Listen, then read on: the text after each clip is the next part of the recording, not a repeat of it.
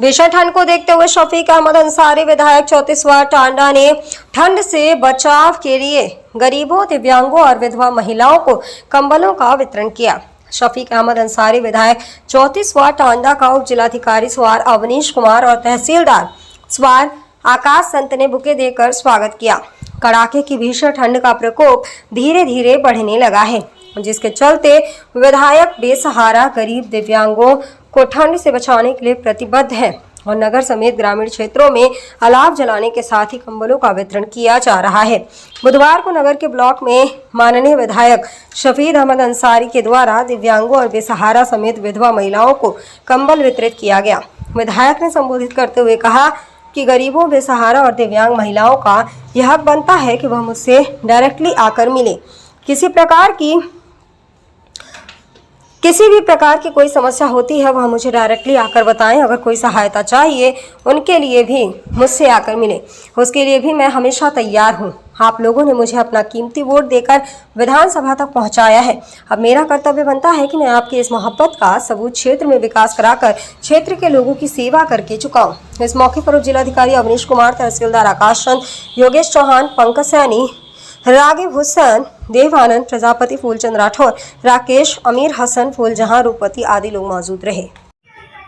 जैसा कि आप सभी लोग संज्ञानित हैं कि शीतलहरी का दौर प्रारंभ हो चुका है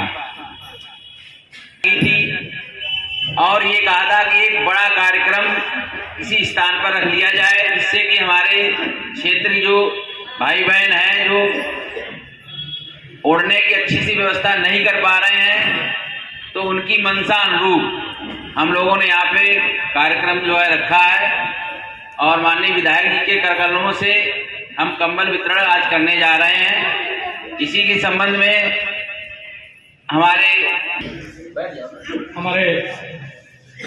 कंबल वितरण कार्यक्रम में स्वार टांडा के सम्मानित विधायक भाई शफीक अंसारी जी और हमारे स्वार नगर के मंडल अध्यक्ष सम्मानित पंकज सैनी जी, टांडा ग्रामीण के मंडल अध्यक्ष भाई प्रताप सिंह जी, मुकुटलाल जी, हमारे टांडा तहसील के सम्मानित एसडीएम साहब अविनाश जी, जल्दार साहब, नायब साहब, सभी सरकारी अधिकारीगण व मेरे सम्मुख बैठे सभी माताएं, बहनें और बुजुर्गों, भाइयों। उत्तर प्रदेश सरकार में योगी जी ने आप सब गरीबों के लिए खजाना खोल रखा। शीतलहर का वक्त चल रहा है, कंबल वितरण की चिंता हमारी सरकार को अन्य सालों में भी रही है और इस साल भी आपको सर्दी से बचाव के लिए कंबल का वितरण किया जा रहा है।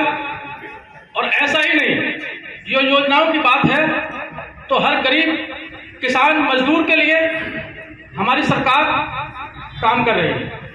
माननीय योगी जी हो, मोदी जी लगातार आप सबके बीच, आप सबके लिए बेहतर से बेहतर योजना चला करके आप सबको सीधा लाभ देने का काम कर रहे हैं। साथियों, चाहे फिर निःशुल्क अन्य योजना की हो, निःशुल्क आवास की हो, सिंचाई की हो, सड़क की हो, स्वास्थ्य की हो, शिक्षा की हो, सभी का लाभ योजनाओं के माध्यम से आप सब पात्र लोगों को किया जा रहा है।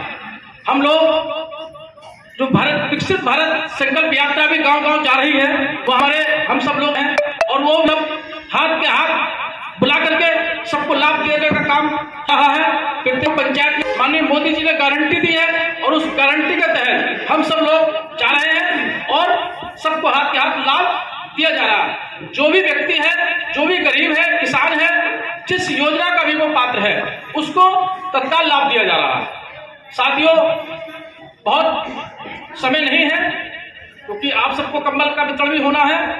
मैं बहुत ज्यादा न कह करके केवल एक ही बात निवेदन करूंगा आपसे कि आप 2024 में माननीय मोदी जी तीसरी बार प्रधानमंत्री बनने के लिए जा रहे हैं। इसमें कोई संशय, कोई शक नहीं है। आप सबके सहयोग से आप सबके आशीर्वाद से वो तीसरी बार प्रधानमंत्री पद की शपथ लेंगे।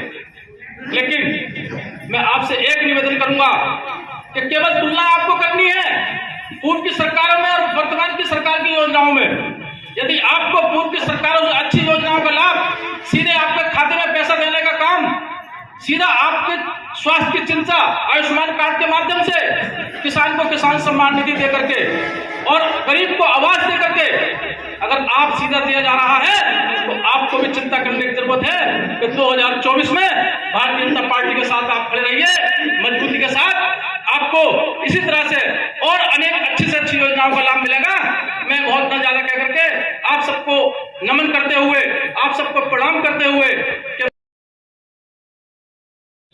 हमारे बीच हमारे प्रोग्राम स्टेट एजेंट साहब, तहसीलदार साहब, वीडियो साहब और हमारी पार्टी के भाई राजकुमार चौहान जी, मंडल अध्यक्ष पंकज सैनी जी, रोहतास चौहान जी, हमारे भाई नरपनगर से मुकुललाल जी जो चेयरमैन है हमारी सोसाइटी के, और सभी हमारे सम्मानित साथियों, माँ और बहनों, आप सब लोगों को भली भांति आप जानते हो कि प्रदेश की सरकार और हमारे सेंट्रल की सरकार डबल इंजन की सरकार है, वो सबसे बढ़िया सब काम कर रहे हैं। सभी योजनाओं का लाभ हमारी सरकार सबको दे रही है, उसमें कोई किसी के साथ भेदभाव नहीं है, चाहे वो हिंदू हो, मुस्लिम हो, सिख हो, ईसाई हो, कोई समुदाय हो, सबको लाभ मिल रहा है।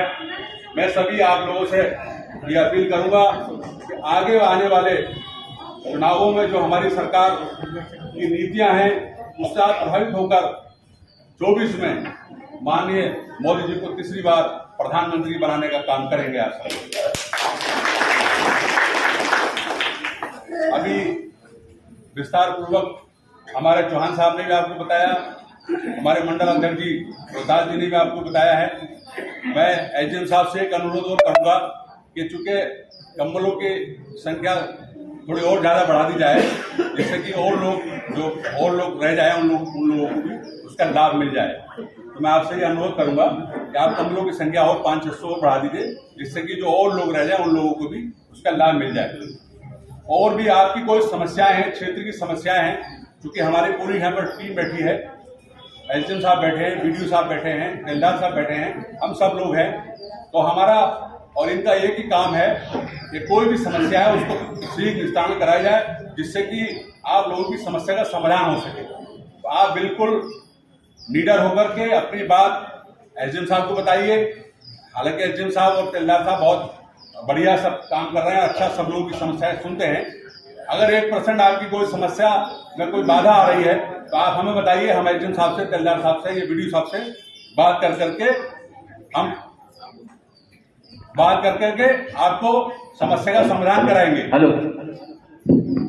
तो आप बिल्कुल निष्पक्ष होकर के, आप बिल्कुल निडर होकर के अपने काम बताइए, और जो जायज काम है आपके हर समय पूरी हमारी जो टीम बैठी है, जो परिणाम स्टेट है, वीडियो साहब हैं, तहसीलदार साहब हैं, हमारे लोग हैं, सब पूरी समस्या का समाधान कराएंगे, क्योंकि हम इसी के लिए हैं जो आप लोगों ने चुना है। आप हमारा कर्तव्य बनता है कि हम आपकी पूरी तरीके से सेवा करें।